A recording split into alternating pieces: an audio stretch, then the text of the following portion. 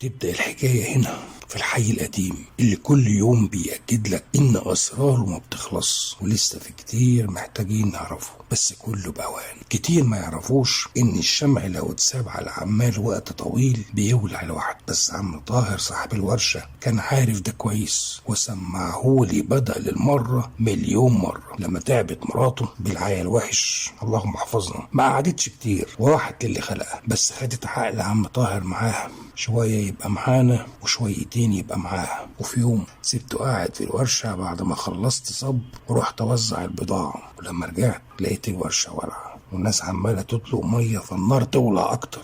ما هما مش فاهمين الكار وإن المية عدو الشمع رقم واحد. ربك سترها واتلمت.